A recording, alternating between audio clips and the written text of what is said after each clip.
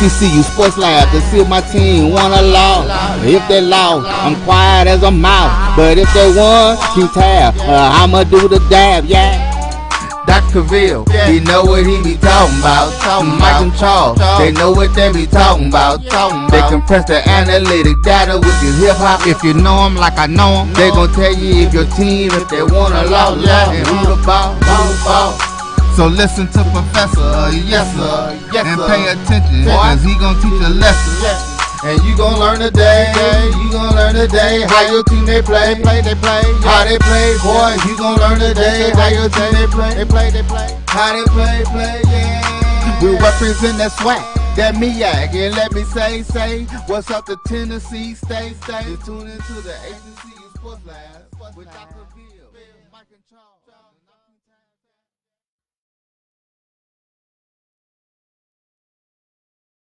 Serious, boy. This is serious. Dr. Cavil with Inside the HBCU Sports Lab with Mike Washington and Charles Bishop. Well, not so fast. We have a guest in today, Mr. Carlos Brown of the Carlos Brown Show. You can catch him every Saturday right here on the BCSN network. That's 10 o'clock a.m. to 12 noon, and that is Central Standard Time. How you doing, Carlos? Well, fine, and it's a pleasure to be with you guys, the esteemed Mike Washington and Dr. Kenyatta Cavil. I appreciate it. It certainly is good to be with you. So to everybody else, welcome to episode 168 of Inside the HBCU Sports Lab radio show and podcast, the show that's covering the sporting HBCU dash for all things HBCU sports. For institutions large and small, from NAIA to the NCAA, we share insights and information on the HBCU sports culture, HBCU athletic aesthetics, as I like to say, to facilitate the story of HBCU athletic programs in the business of HBCU sports. I'm your host, Dr. Kenyatta Cavil, along with my co-host, Mike Washington, Charles Bishop. We're filming from our home studio, sending a signal live to KSOH 1230 AM studios with Texas Radio Hall of Famer Ralph Cooper in the beautiful home of Texas Southern University from Houston, Texas. Except for, as I said, Carlos Brown, that's Baton Rouge, home of the Southern University. Jaguars, I should say. With that, Mike Washington, how you doing today? Not bad at all. Good to be in the house, Doc. Good to be side by side, virtually that is, with my good friend Carlos Brown, looking all serious. He's scaring me. He ain't cracked a smile. He's like, I'm like, man, is that how y'all doing it down in Southern? Man, y'all just coming on like straight face. Like, they mean mugging, gangster. What y'all doing about that? I think it's high expectations, but hey, you know, Jaguar Nation is always looking at what needs to be done, and they expect excellence. What shall I say, like other fans as well. Absolutely. Absolutely, great point. A great catch at the end there too. But what is the new coaching for Southern Jaguars say? Southern is the standard. Ooh, I say, okay, all right, big boy. Hey, but it is a nice, you know, we talk about the business side on here. One thing I will say, regardless of whatever, I love the branding and the messaging. I love the branding and the messaging. You know, that's what I tell everybody about. It's about the business as much as it is about the action. You got to be able to put the two together. So let me stick with you, Carlos. In regards to that, what do you think about that brand tagline that the coach came in? As you said, in a lot of ways, it shows the focus that they're talking about. Right, and you know, Coach Rollins comes in, and he didn't have to do a major overhaul, but he's done some small, minute things, and there is an expectation. The cupboard was not bare, and he's come in, he's put together his game plan, and expectations are always high at Southern University. Now it's just a matter of getting it done. You've got some benchmarks, one being, I believe, in my personal opinion, the program is primed in a frame to compete for a championship, but they've got to get one. So Southern is a standard. That's what they came up with. They believe in that. Now it's just a matter of being able to meet those benchmarks. Mike, you got an MBA, and so you like the framework when I talk about the business of sports, just in the overall themology, not specifically Southern. But what are your thoughts in terms of the branding messaging and the need to attach the brand messaging from an athletic program to what people will watch and look at in terms of what's on the field? Yeah, I think when you have a successful branding, whether it be symbol statement that attaches to a base, a market base, or fan base, such as you have at Southern, I think it drives it does two things. It drives continued involvement and engagement in the fans, and it actually asks you to bring others outside, because there's that core fan base of Southern, and when you have a branded organization such as Southern University, you're going to attract others outside of that core group. And I think Southern has always done that. That's why some of their largest alumni groups are in Dallas and Houston, believe it or not. They have large alumni bases in other areas. That's just what I know off the top of my head. I attended some of their events. So I think their branding drives continued and ongoing success. And remember, just like anything in the market. So, but on the flip side, you have to look at when you have success, when you have a branded organization or branded product, it's hard to please the masses because the expectation is, so it's a double-edged sword. I don't know how Coach Odom stayed there, was it 8-9 years? Because when I was traveling back and forth to Baton Rouge, I would dial into the station and talk to some of the alumni base who were, really heavy corporate-wise at the company I work with, and they would be like, man, they are really hard on Odom. They want his job this year. Next year, he'd win. Next year, he won his job again. It was a cycling. So when success breeds exceeding high standards, so it's a double-edged sword. But from a business standpoint, Southern does it better than just about some of the other institutions we've talked about. They do it better than anybody else. That's Southern brand. Win, lose, or draw, you're going to see a Southern game. You're going to want to see that Southern brand somewhere, and that's marketing. Great points you make there, and I appreciate both of you chiming in. And that's enough of our Southern segment on this show. We'll get into some other stuff. So I paid my dude, Carlos. Checks in the mail, Carlos. That's enough of that. All right. Well, today's episode of Inside the HBCU Sports Lab is sponsored by THG Agency LLC. THG Agency is a company that provides sporting and educational consulting and data analytics. Today's show will be another good one from my perspective. We will be a little closer to HBCU football as things kick off in week 0 this year with the MEAC Challenge. Obviously, we get to get into the HBCU sports culture and HBCU news surrounding it in so many different ways. So last time when we ended the show, and a lot of people were real intriguing as we talked about the mid-major side, as we like to say on this show, which are our Division II programs and NAIA programs, if you would. So we talked about the top 10 poll ranking. I won't belabor the point. I will talk about the top 5 programs. We'll list the whole 10. But at number 5, we have Virginia State Trojans. At number 4, the Langston Lions. Obviously, Trojans out of CIAA. Langston Lions out of the Southern Athletic Conference. At number 3, you had a team from the SIAC, Miles Golden Bears. At number 2, you had Savannah State Tigers, also out of the SIAC.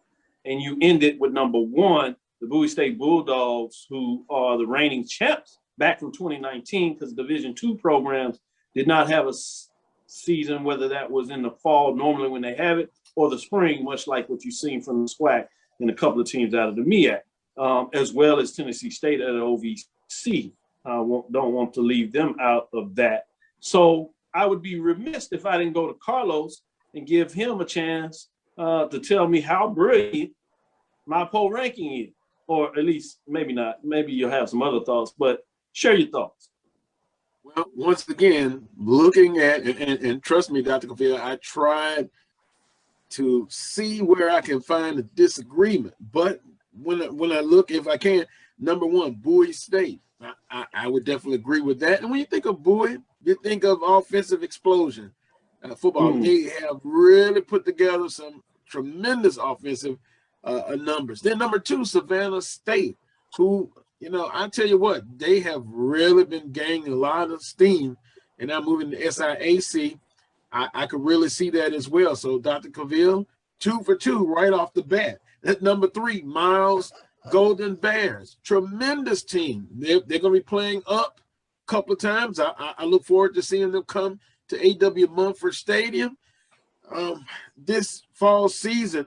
But they have really built a nice program, and every time you hear some openings, past couple of years, you're looking at Miles' coach.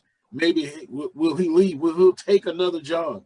And then Langston, I saw Langston come again. Preface by saying come into A.W. Mumford Stadium, and they gave Southern all that they wanted. So NAIA program, but a tremendous program, and they really don't back down from anybody. And so when I look at Virginia State, of course, Coach Barlow at Virginia State, he's coached on the FCS level. He's a tremendous player, a tremendous coach, and he's got Virginia State right where they need to be. So Dr. Cavil, 1, 2, 3, 4, and 5. Hey, I agree. Mike, see that? See that? He just saying that because you had that Southern segment at the beginning to start the show. Oh, come on. Come on, Mike. No. That's strategic. That's why he did it. Hey, man. I am a sports strategist, so you know it is what it is. It worked. Put it that way. With that being said, to chime in a little more, it was updated at Bowie State is the lone HBCU program ranked in Division II that came courtesy of HBCUGameDay.com. Won't belabor the point. Let's get into some other news. Let me go back to you, Mike Washington. What is on your mind as we close out week when we're less than 16 days away from the toe meeting leather, as some people would say? What are your thoughts going into this week? You have many of the football programs literally getting a chance to kick things off, getting on the practice field, putting on some of the pads, getting out there, knocking and thumping some things around. What's on your mind, that or some other things in the HBCU news? So, yeah, you know, before we get into the football season, I see, you know, we were talking, you know, mid-majors, you know, the city of Winston-Salem has approved the naming of Bowman Gray football field after the great Bill Hayes. So nice to us as of the CIAA alerts. So a legend, Winston-Salem and the Winston-Salem State athletics, he receives this honor. This was as of actually yesterday. So, you know, council members blessed it. Hayes' career, you know, spans decades. He was able to reach a lot of lives through the manner in which he played and which he coached. So congratulations to, you know, Winston-Salem. Congratulations to Bill Hayes, who was also a head coach as well in an NFL. So great to see that honor bestowed on someone who deserved it. You know, his accolades, I mean, in 3 years, in 1976, he began his legendary career at Winston-Salem. During this time with the Rams, Hayes went on to become one of the most successful coaches in school history, and his record was 89-40-2, and his record with the CIAA division, so 7 division championships, and he led the Rams to back-to-back undefeated regular seasons in 1977 and 1978. So, I mean, you can go on and on about it. There's a lot about this man. In 1988, he left Winston-Salem State to take the reins as the North Carolina A&T, where he led the Aggies to an 11-2 record, and the 1999 Sheridan Broadcasting Network Black College National Championship. And a lot to get off your tongue right there. I know, right? And 3 MEAC championships. So 2 Division I AA playoff appearances and an overall record of 106-64. So such an honor to be bestowed on Coach William Bill Hayes, as he's affectionately known to. So great moment. So I wanted to get that news out there. No, I appreciate you sharing it. That's important that we honor those legends, particularly when we talk about our collective memory. It's so important. I know Carlos Brown has done a great job of making sure that he pays homage to Coach Richardson over the Southern University that really has done a yeoman work, as you spoke about, in terms of branding and some of the things that go with it in terms of expectation. One of the reasons you have the expectation of Southern is certainly in terms of what Pete Richardson does. And now you have that in a lot of ways at A&T. I mean, they had that little blip where they really fell off the radar, but a lot of that in terms of their expectations at North Carolina A&T goes back to what they found homage into Bill Hayes. So great point you make there. Before I go to Carlos to let me know about some of his thoughts in terms of some news of the day, let me take a break. We'll get into it. This is Dr. Cavil inside the HBCU Sports Lab with Mike Washington and Charles Bishop, sitting in for Charles Bishop as he is on assignment. We have none other than Carlos Brown. With that, stick with us. We'll be right back after this first quarter break. Let's get back to getting ticks instead of watching flicks. Before we can safely get out there, we need the facts on COVID-19 vaccines. Visit getvaccineanswers.org so you can make an informed decision for yourself and for your crew. Ladies and gentlemen, it's showtime! Get ready for Cracker Barrel National Battle of the Bands! Presented by Pepsi Zero Sugar. Sunday, August 29th, 4 o'clock, NRG Stadium in Houston. Featuring the hottest HBCU marching bands. Southern University, Langston University, Tennessee State, Norfolk State, North Carolina A&T State, Texas Southern, Bethune-Cookman, and Jackson State. Don't miss the battle on the field and the stands with scholarships. Over $500,000 in counting for our HBCUs. It's an HBCU experience you don't want to miss. With a weekend of activities with the Cracker Barrel Step and Stroll, Pepsi Zero Sugar Immersion Experience, Esports Masterclass and Gaming Tournament, and the free Pepsi Zero Sugar College and Health Fair. Tickets start at just $15. Get them right now at nationalbattleofthebands.com. It's the Cracker Barrel National Battle of the Bands. Sunday, August 29th, NRG Stadium, Houston. Gates open up at 2:30. Also sponsored by Cricket and HEB. nationalbattleofthebands.com. Get your tickets right now. When you're looking for the latest information on Southern University sports, the Southwestern Athletic Conference, and HBCU athletics, there's only one place to go. Tune in to the Carlos Brown Show, exclusively on the Black College Sports Network. Yes, that sound means it's time once again for the 36th annual Labor Day Classic. Featuring the Prairie View A&M Panthers versus your Texas Southern Tigers for the Battle of the Lone Star State on Saturday, September 4th. Kickoff 7 p.m. at BBVA Stadium. Don't forget the halftime Battle of the Bands as the TSU Ocean of Soul take on the PVA-MU Marching Storm. Tickets are available online at www.tsusports.com/LDC tickets. Let's bring the Nick Sterling Traveling Trophy back to its rightful home.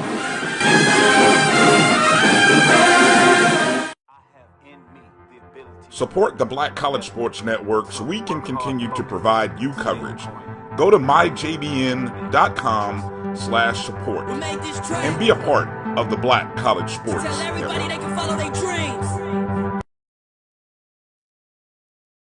This is Dr. Cavil with Inside HBCU Sports Lab with Mike Washington and Charles Bishop. As we said, Charles Bishop is on assignment, or Coach Prime may have him doing some chin-ups or whatever, some extra gases, because he was late to that meeting last week. Oh, I wasn't supposed to say that. And instead, we have Carlos Brown coming in. Boy, I tell you, a Tiger in terms of Jackson State for a Jaguar. You talking about two muscle programs and how they go at it. It's cool though to know that Carlos Brown and Charles Bishop really have a great relationship. You know, sometimes that doesn't happen between Jaguars and Tigers, as you know, or may not know. But with It's that a love-hate relationship. yeah, exactly. Perfect. Yeah. Well said, Mike. With that, let me give us some shout out to them lab listeners out there in the lab, you know, getting it right in so many different ways. Before I go to Carlos, let me know what his thoughts are on some news of the day. Chuck Hunt is doing his thing as always. Kay Johnson says, yay, class is in session. Yes, I love it when you have the lab listeners and they get excited for class. I mean, how can you not love that as a professor, gentlemen?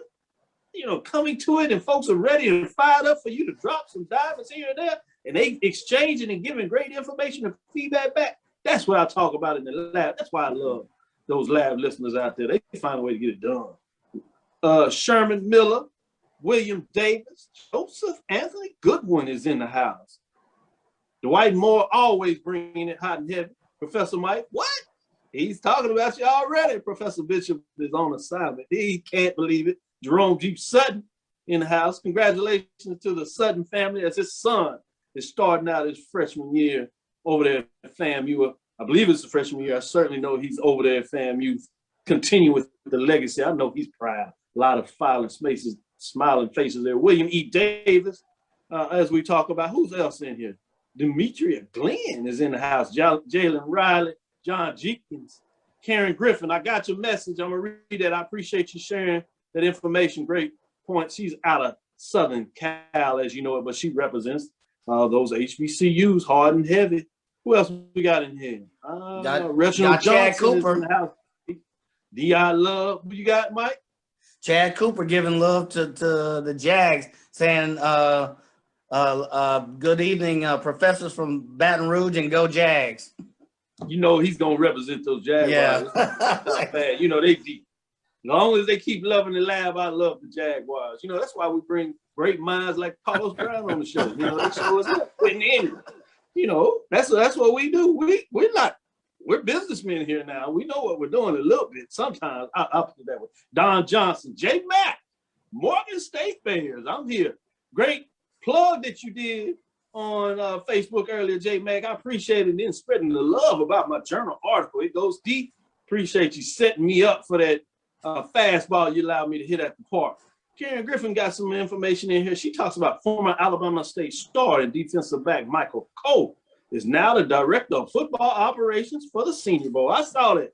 Great information. Great saw down that. there. Great, thank you for great stuff. passing that information on. Yes. See, the lab listeners do their homework. I told you, you can't come in the lab here. These folks will talk about you. If you come to the lab and you new to this Carlos Brown and you don't do your homework, my class, this class, our class, they'll let you know, and they will put people out the class. I don't have to put people out the class. They're like, hey, you need to go do your homework. Come back on next week. We'll see what you're gonna do. Thomas Jones, Ricky Burton, shout out. As you said, Chad Cooper. I see him. I always bringing it hard and heavy. Lonnie on the board. You know he gonna represent though at Aggie Pride. Yes, indeed. Did you see that work that Brian and AD, especially AD, giving that message to Mama, and they had the band mixed in there? It's talking about lead the band home for Oh, that was hilarious. If you had, I laughed so hard at that, Doc. You need to see that. That's a perfect plug. I had to get that in. Y'all saw what I did there. Jalen Riley. All right, we'll come back and shout out some more folks. Ron Alvarez, as we do that. Let me go to Carlos Brown and be a better guest on the show. Carlos Brown, what kind of news? What do you want to talk about? What's on your mind? Well, Dr. Cavil, on my mind, it's a week out from week 0 in the SWAC-MEAC Challenge. Alcorn State and North Carolina Central. Now, Alcorn State, of course, now in the Western Division, or the West, in the Southwestern Athletic Conference. Reigning champs have really done well the last 5-6 years. Now, North Carolina Central and Alcorn State, they technically haven't played in almost 2 years. Which team in the SWAC-MEAC Challenge, which is going to be in prime time, which team can kind of knock off the rust first and be ready? Alcorn has the pedigree. Lord, I know they have the pedigree. being a Southern alum, we don't have to discuss just the woeful record against Alcorn State. But let me not digress. I want to see if Alcorn can have that championship mantle and start building in week 0 against North Carolina Central. And then also, Dr. Cavil, unless we have not been in this physical world, COVID, the variant, is running rampant now. So we still must do the things necessary to make ourselves and continue to be safe. Now, there was a rumor that, okay, some games are going to be interfered with. Well, we know what Dr. McClellan said about that. And we know some of the student athletes, the student teams, you've got to get vaccinated. So I'm encouraging everyone. I know it's a personal choice, but if you want to get through a season without any hiccups, do the right thing. Do the right thing. So Alcorn and North Carolina Central, I won't come out with a prediction right now, but I can't wait to see football, collegiate football, black college football, and let the games begin. Ooh, I love it. He set it up so well. He set it up. He put the T's out there and everything. You can check him out. He'll be talking a little bit more about that. As I said, that is the Carlos Brown Show every Saturday from 10 to 12. He's part of the team, BCSN, the network. So, you know, if he's with the 10 team, he's going to bring it hard and heavy. He's already legendary in many ways in terms of what he does. With that, I did want to take a little trip and see what you thought. You know, we had Gaither on, as we said, on Tuesday, where he gave his breakdown along with AD in terms of the SIC, CIAA regarding to my poll. So it was a fascinating, but we kind of introduced this and gave the homework assignment for folks that hadn't captured it. Many people have, obviously, because our lab listeners stay on top of things. But he talked about the parallels or similarities, at least from his perspective, in the recently Texas, Oklahoma to the SEC move from the Big 12s in regards to FAMU and Bethune-Cookman moving from the MEAC to the SWAC.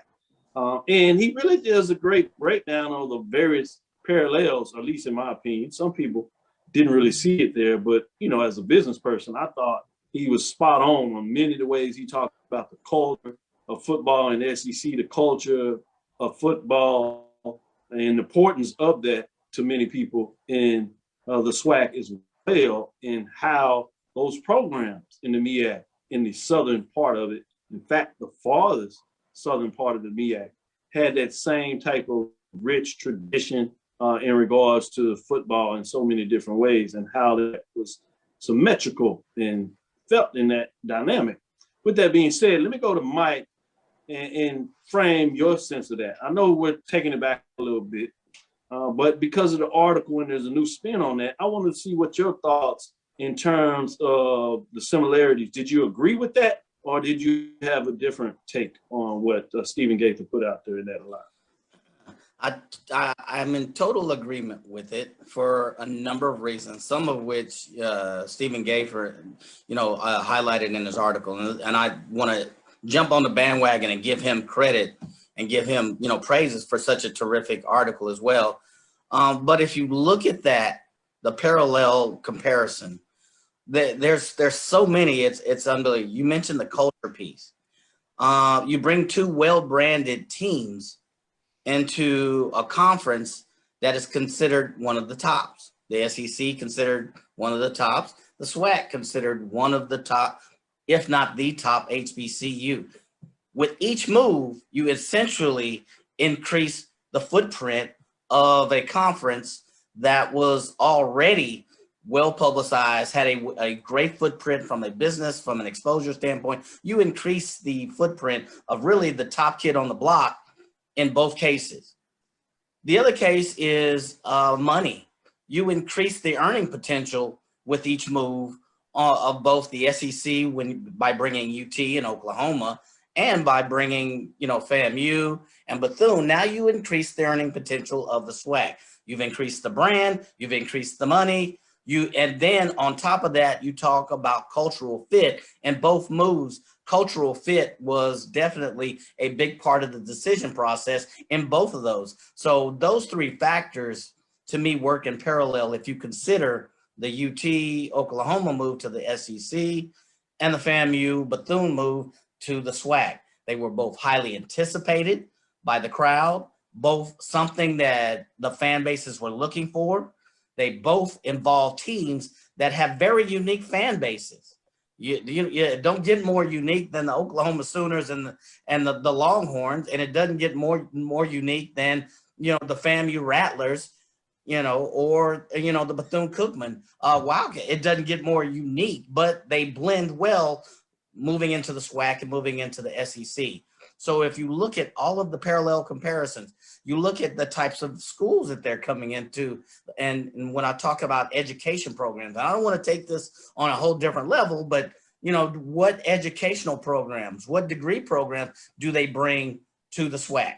What education programs does UT and Oklahoma bring to the SEC? So there are so many parallel comparisons. It's just unbelievable. And I would say that, I think you and I were talking, Doc. I was like, the SWAC just became the SEC. Well, really, I don't know. I think it may be vice versa. The SEC just became the SWAC of college football Division I. If you look at all of those parallel comparisons, I have notes and notes and notes just looking at, there's a whole business comparison of this. If you look at the model, if you look at the valuation of what FAMU brings in terms of their base to the SWAC, and what Bethune can bring in terms of their base, in terms of value to the SWAC, which already has a earning potential and a valuation summary that is incredible. So you bring two, from a business standpoint, two organizations with an incredible business valuation to a pot that's already just gotten bigger. Same case with the SEC. So I'll shut up, but I can go on and on. Stephen Gaither hit the nail on the head. I mean, with his article with this. No doubt.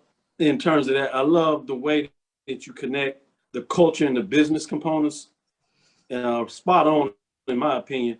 And that's why I wanted to see what you thought. But I'm going to do this tease.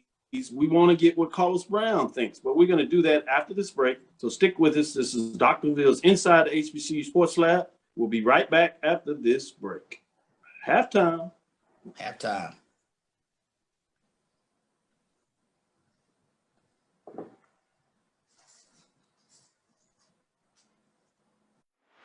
Let's get back to strolling instead of scrolling. Before we can safely come together, we need the facts on COVID-19 vaccines. Visit getvaccineanswers.org so you can make an informed decision for yourself and for your fam.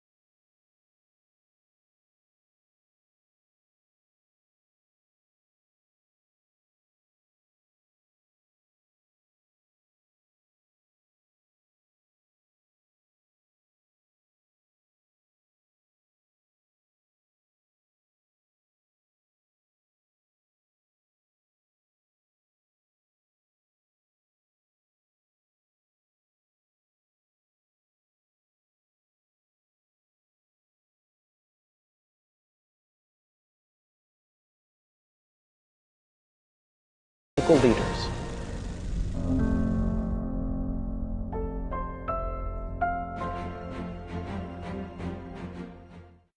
Thank you guys for what you do for HBCU athletics. This is a fantastic avenue for all of us. This is our ESPN, so we love what you guys do. Brian, AD, Roy, all you guys at BCSN. We really appreciate what it is that you guys do for us.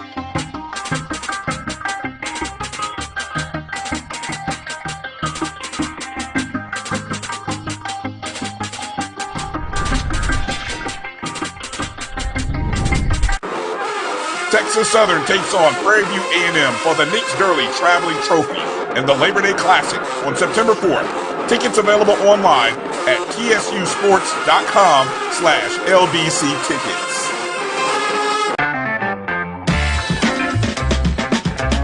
Your ad could be ran here. myjbn.com/support. myjbn.com/support for more information.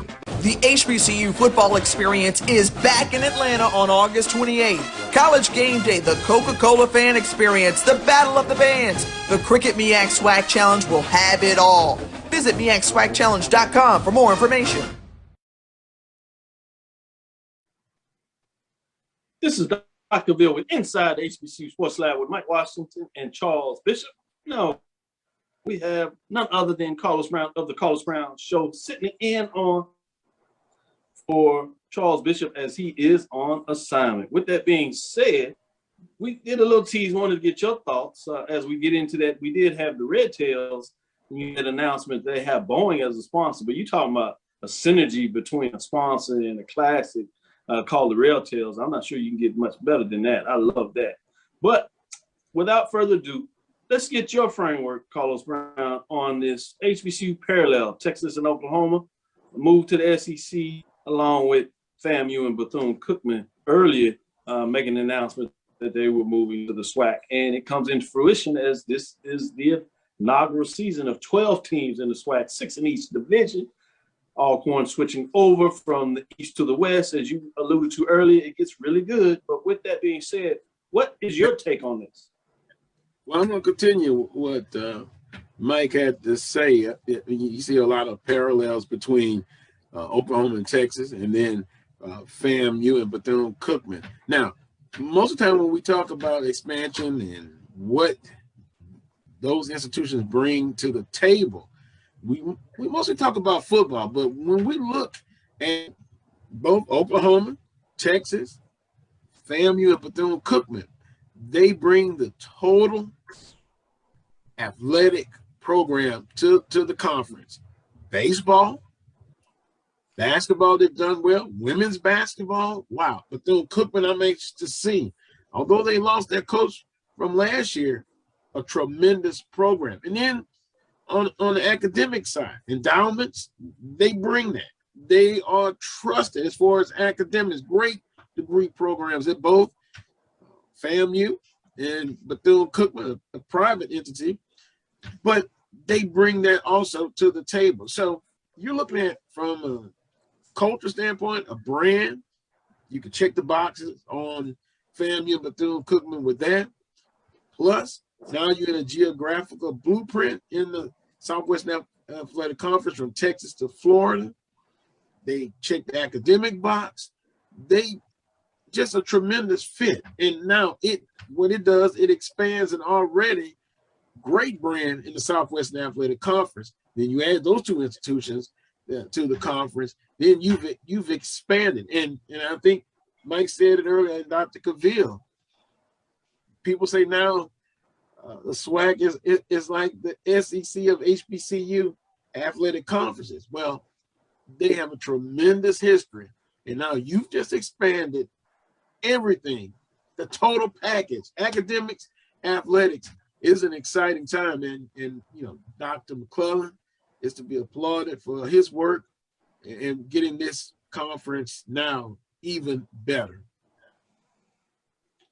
Yeah, and you talk about the total package. So one thing that we are currently is talking about volleyball. The conference spans to 12 teams in volleyball.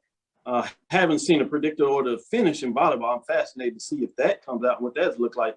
But we did see the first and second team preseason accolades for a lot of the women out of the SWAC in terms of volleyball. That's going to be interesting as you talk about these multi-layered sports. And as we extend outside of the SWAC and kind of bring it full circle, I thought it's fascinating when you talk about other programs where you see basketball moves being made. We really didn't think much because we're so focused on football, but basketball is going to be fascinating, and I think you alluded to that in terms of that. But with that being said, you have Rasheed Wallace leaving North Carolina Central. He quietly went over there, and people may not have realized as he was putting in their work, and he got the call up of moving to a different level over there with Penny Hardaway, another NBA player, and he's coming over there. Mike Miller is over there in terms of that. Coaching tree is littered with former players. Fascinating to see what that looks like and what does it mean, particularly recruiting wise, because you're talking about folks that can really tell you what it means and what you need to play on the next level. It's not hard to see how you could get that done in terms of players that did it. And those players were all-star players and played at a high level.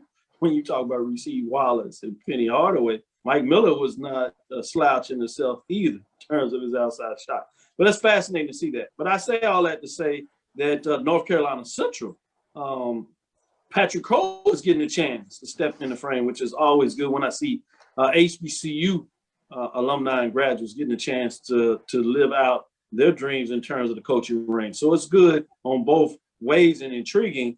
Then you see Bonzi Wells, another NBA player, and you see SIC. Obviously, the news got a lot of take when you saw it happening in the SWAC. Obviously, Dion, it's hard to match in terms of what Dion brings to the table. But before that, obviously, he had the announcement over there with Alabama State. We've seen it a little bit on the women's side over the years.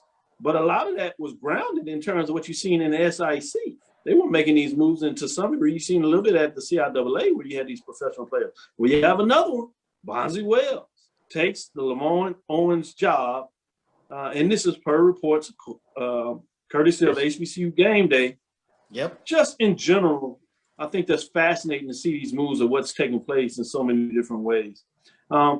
Let's take another break. Into the third quarter, it rapidly went through. It's a great thoughts that you brought, and then we'll go into the last quarter and close some things out.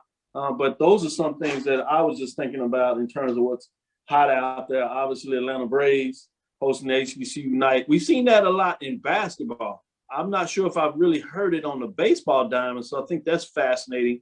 We saw what Atlanta Braves did with baseball, though, with the Grambling State Gar game versus the big-time alum from FAMU in terms of that matchup, and it looks like they're going to continue that process. I wonder if this is a little more of the impetus of what's going on. And then you got to remember that they have some of that inner city framework in terms on the basketball side with the Atlanta Hawks and what they did for the Jackson State alum in terms of those things, recognizing him with his timely demise. With that, stick with us. We'll be right back as we close out the third quarter. Get into the fourth quarter. We're going to close out strong.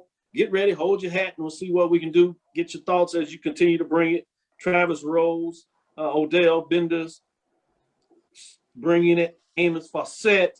Some of these folks are bringing some great noise and great comments in terms of what's going on. Keep it going. Keep it coming as we look into this. Is Dr. Bill inside the HBCU Sports Lab with Mike Washington and Carlos Brown sitting in for Charles Bishop. We'll be right back after this quick break, our last break of the show. So stay with us.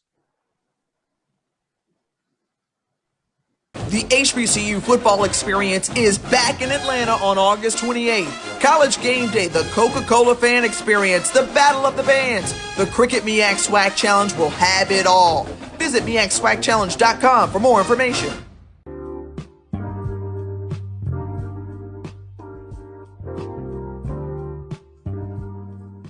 This is the BCSN Pod Zone, your place for the news, views, and conversations about all things related to HBCU athletics. Here are the BCSN Sports Wrap, Dr. Cavil's Inside the HBCU Sports Lab, Knights of the Round Table, the pregame show, the Carlos Brown Show, the ONG Strike Zone, and more in one place. We are changing the way you consume HBCU sports one broadcast at a time.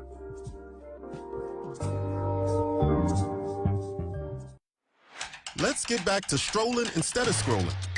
Before we can safely come together, we need the facts on COVID-19 vaccines. Visit getvaccineanswers.org so you can make an informed decision for yourself and for your family. Ladies and gentlemen, it's showtime! Get ready for Cracker Barrel National Battle of the Bands! Presented by Pepsi Zero Sugar. Sunday, August 29th, 4 o'clock, NRG Stadium in Houston. Featuring the hottest HBCU marching bands. Southern University, Langston University, Tennessee State, Norfolk State, North Carolina A&T State, Texas Southern, Bethune-Cookman, and Jackson State. Don't miss the battle on the field and the stands with scholarships. Over $500,000 in counting for our HBCUs. It's an HBCU experience you don't want to miss. With a weekend of activities with the Cracker Barrel Step and Stroll, Pepsi Zero Sugar Emerging Experience, Esports Masterclass and Gaming Tournament, and the free Pepsi Zero Sugar College and Health Fair. Tickets start at just $15. Get them right now at nationalbattleofthebands.com. It's the Cracker Barrel National Battle of the Bands. Sunday, August 29th, NRG Stadium, Houston. Gates open up at 2:30. Also sponsored by Cricket and HEB. nationalbattleofthebands.com. Get your tickets right now. It's the show where we take you inside the game before the game begins. It's the pregame.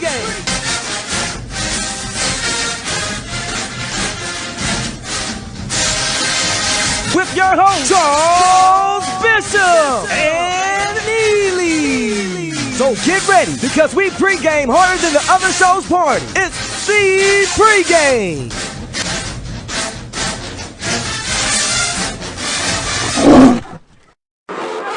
Texas Southern takes on Prairie View A&M for the Nick Gurley Traveling Trophy and the Labor Day Classic on September 4th. Tickets available online at tsusports.com/LBC tickets. This is Dr. Bill with Inside the HBCU Sports Lab with Mike Washington and Carlos Brown as he's sitting in for none other than Charles Bishop. I just text Charles Bishop. He told me to tell you, Carlos Brown, he loves you like a brother, but don't get too comfortable. I understand. You always need a good reserve backup. There you go. There you go.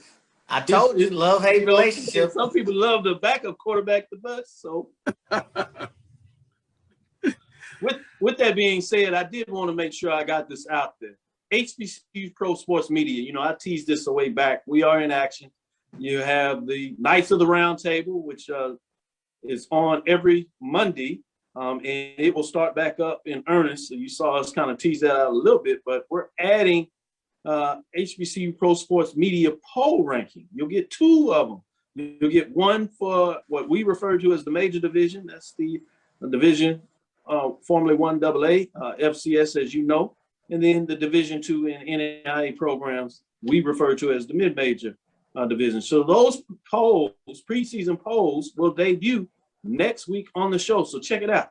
Get a chance to see if the media in general, those are medias that really focus on HBCU. So it should be amazing in a lot of ways to see what that looks like, because we've really pulled an amazing group of media together to see and do some poll rankings as we continue to put out and cover HBCU sports. It'll be different. Some mine, which is more of a ranking formula calculation that goes out there, ranking as I like to call it. And then you have some other polls that are out there that are pretty good, but they often do the coaches' perspective, and you get some SIDs. So this is going to be a little different, because it's going to be media driven. This is going to be driven by the media that covers HBCU sports. So I'm fascinated to see what they say and how close they will be to my poll. You know, because obviously I am a bias, I guess you would say, is the term we use out there. With that, let me go to you, Mike. What are some other thoughts? Again, we talk a little bit about football, practice and everything stacking up. I wanted to kind of go back in that area, and then you can spin it off in a different direction if there's something else that you wanted to add. But what have you heard? Anything that's excited you? I know it's really early, and oftentimes you can't get much meat on the bone, but we're so hungry for this, you know. in so many different ways in terms of this inaugural 12-team season as HBCU game day, in terms of Wally Pip, as he calls the new Big Six in the MEAC. I really loved how he rebranded that. They need to pay him for that in terms of what he's doing out there, because they're putting some leverage on that work for him in many ways. But what are you hearing across the landscape, including either the SIAC, CIAA, those mid-major programs, in any direction, any of them that you want to pull out? What has excited you the most or given you concern in terms of what people may or may not have heard out there thus far in this first week? Well, I think we were talking in the background, and I think Carlos and I were saying that there are a lot of scrimmages coming up, and a lot of teams are coming into the season with firm positions at the quarterback, and there are a lot of teams with unanswered questions. So it'll be I'm looking forward to see in the scrimmage if this is going to reveal a little bit more. Prairie View, 8 returners on offense, 9 on defense, but we're still a little cold vested as to who will be the quarterback at Prairie View. Ladarius Skelton is going to be that person, that guy at Southern. You don't know what Gramblin's going to do. Felix Harper is going to be the guy. Akil Glass, he's going to be the guy at A&M. You're hearing Rashawn McKay is going to be QB1 for now at FAM, but that's up for debate. So I'm wondering if this first round of scrimmages is going to give us a little bit more insight, not only to key positions on the field, quarterback, but to, changes in offense. You definitely know who's going to be the quarterback at Jackson State. So there's answered questions, there's confirmations, and hopefully this next round of scrimmages that are coming up in the next, I'd say, depending on the team, 3 to 5 days, is going to hopefully reveal some more unanswered questions in an highly anticipated fall 2021 season for the SWAC. So that's what I'm looking forward to. Before I go to you, Carlos, because I certainly want to get your thoughts on. I did want to tease out there a little bit because you talked about this early, the framework, what's going on, and the magnitude of the things in the SWAC. I'm hearing some good news about the basketball side, how they're working on a major deal between a Power 5 conference and the SWAC. So it looks like some of the things that are taking off on the football side are going to be seen on the basketball side. I believe this is mostly for the men on that side, but it may trickle down to the women as well. So I'm fascinating in terms of this multi-sport framework. But that being said, I do want to go back and see what Carlos is saying in terms of what he's hearing out there in terms of football as things are starting to get shaping up, if you would. What is really on his mind? What is exciting him, or has some concerns from his framework across the board in terms of the HBCU landscape as we come up on the football season? Well, I think most programs now, they have their opponent in sight. They've game plan for that. As Mike said, you're going to look at another major scrimmage for most teams this upcoming Saturday, along with fan day for most institutions, at least some. And Mike, if you don't have any quarterbacks, how about a team that has really 3 quarterbacks in case one falters? With Ladarius Skelton, let me say this: no one has been tougher on him than I have. Tremendous physical talent, but it's the little things: ball security, decision making, and believe it or not letting other teams get you out of your comfort zone as far as from a mental perspective. From all accounts, right now, he's checked the boxes on those 3 things I just mentioned that he's improving, and he is really ready to lead this football team. A quarterback is just a coach on the field. So the teams give them an advantage to have returning quarterbacks. You mentioned them, Akil Glass, Felix Harper. If you got those signal callers coming back, then you come out clicking. At least you should. So game plan now. Don't get any injuries in these major scrimmages. And when we say major, some it may not really be major, but you're in game mode now. And so for most, you got 2 weeks. Alcorn, North Carolina Central, they've got 1 week. So it's going to be exciting in this conference. You cannot have a bad Saturday. Not one.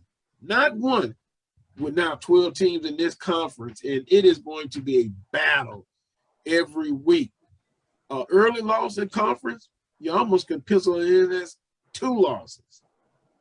Let me just back up a little bit. You got to come out and play hard every week and try to improve and bring your A game.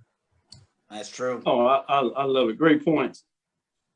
I had the lab listeners do a homework assignment along with Mike, Charles Bishop, and some other guests a couple of weeks ago, but we hadn't really told you about this. So this is going to be a pop quiz for you, Carlos, as we let you go. We really enjoyed you coming on to the show as we get prepared for the great show that you're going to have this Saturday. Again, you can check him out right here on BCSN from 10 to 12, that's Central Standard Time. With that being said, since you're breaking down all this football, we had this homework assignment. Looking at independently, SWAC 6 teams in the Eastern Division, SWAC 6 teams in the Western Division, or the new Big 6 MEAC teams, in your opinion, rank those from top to bottom or bottom to top. How do you rank those 3 if you had to look at them independently in terms of who has the strongest overall 6? And for me? Yeah, that's for you. Pop quiz, okay. pop quiz. Can you phrase it again for me? I want to make sure I'm no hearing problem. it right. So you have the SWAC Eastern Division, those 6 teams.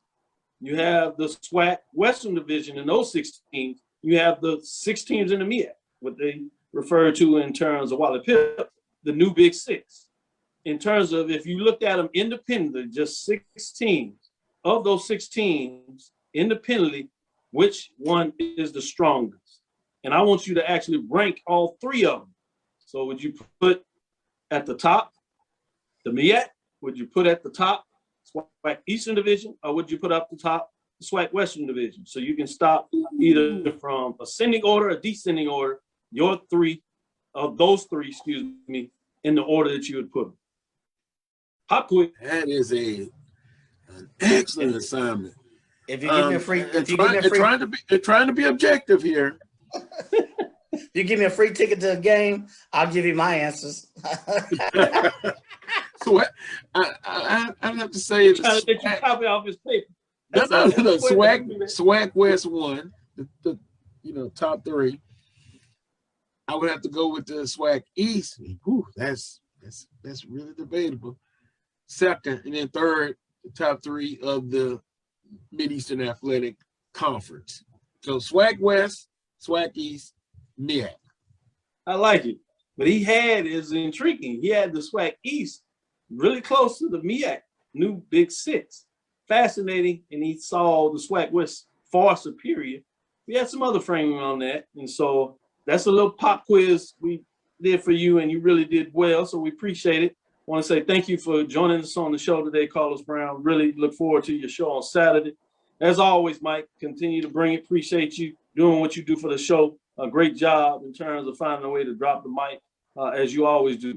Thank you for listening to Inside HBCU Sports Lab. Make sure you share our podcast with your friends and our colleagues for this multimedia streaming platform. I am Dr. Kenyatta Cavil, the Dean of HBCU Sports, coming from inside the lab in the College of HBCU Sports with Mike Washington and Charles Bishop.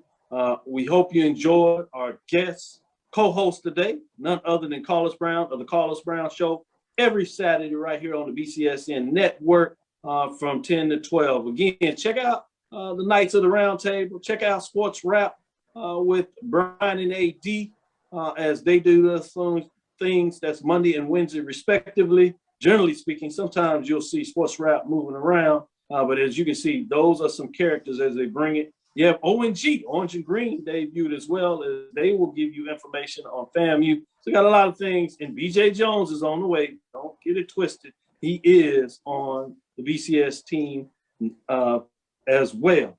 Follow me, Dr. Kenyatta Cavil. That's DrKenyattacavil. That's Twitter, Facebook, and Instagram. We are looking at creating a major force out here, so keep providing us with all the support.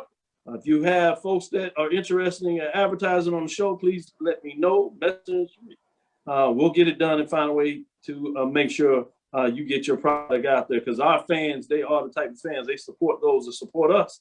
This is Inside the HBCU Sports Lab 1 on Twitter, Facebook, and YouTube. That's Inside the HBCU Sports Lab. Dream big and continue to move forward. We will talk with you soon. Carlos? Course. Mike? Lecture. Dismiss. We got it. Dismiss. We got the fans in the line. We'll get you every time. I've never seen Carlos that speechless. He's like, what you want me to do?